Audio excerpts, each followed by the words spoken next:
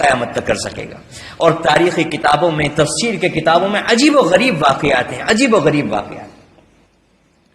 ایک موقع پر ایک واقعہ ملتا ہے کہ جو مکے کے بڑے بڑے سردار تھے، ابو جہل، ابو سفیان اور اخنس بن شریق، جو چوٹی کے سردار تھے اور جو سب سے بڑے مخالف تھے اللہ کے نبی علیہ الصلوۃ والسلام کے اور قرآن کریم کے، ان کے بارے میں واقعہ ملتا ہے تفسیر کی کتابوں میں کہ ایک رات میں اللہ کے نبی صلی اللہ علیہ وسلم کا معمول تھا رات میں قرآن کریم کی تلاوت کا، تو رات میں ابو جہل قرآن سننے کے لیے آیا کرتا تھا اور دن میں قرآن کریم کی مخالفت کیا کرتا تھا، اور ابو سفیان بھی آیا کرتا تھا اور اخنس بن شریق بھی آیا کرتا تھا.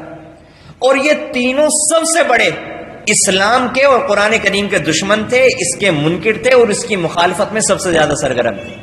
اور قرآن کریم کی تاثیر، قرآن کریم کی روحانیت، قرآن کریم کی جاذبیت ان کو کھینچا کرتی تھی، اور وہ رات کو چھپ چھپ کر اللہ کے نبی صلی اللہ علیہ وسلم سے قرآن سنا کرتے تھے. یہ ہمارا قرآن. ایک مرتبہ اتفاقاً تینوں جب وہاں سے واپس ہونے لگے قرآن سن کر، تو تینوں کے آپس میں ملاقات ہو گئی. اب تینوں نے آپس میں بات بنانے کی کوشش کی لیکن بات نہیں بن سکی اور کھل گیا معاملہ.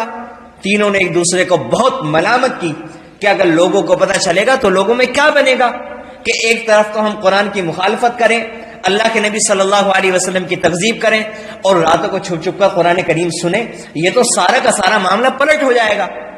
تینوں نے عہد کیا اپنے بتوں کے نام پر کہ آج کے بعد خبردار کوئی قرآن کریم نہیں سنے گا.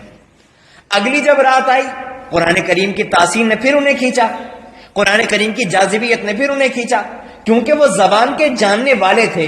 اور خدا کی قسم اگر میں اور آپ زبان کے جاننے والے ہوتے تو میرے اور آپ کے دل بھی ایسے ہی کھینچتے جیسا کہ اس زمانے کے بدبخت ابو جہل کا کھینچا، ابو سفیان کا کھینچا، اخنس بن شریق کا کھینچا.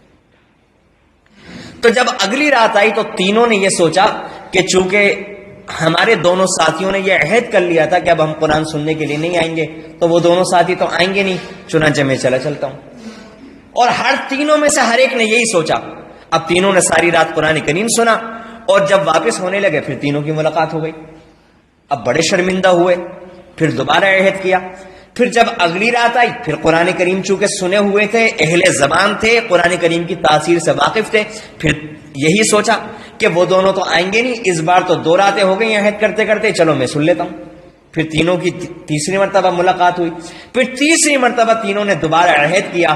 پھر اس کے بعد اخنس بن شریق اگلے دن ابو سفیان کے پاس گیا اور کہنے لگا تمہاری کیا رائے ہے محمد صلی اللہ علیہ وسلم کے بارے میں اور قرآن کے بارے میں.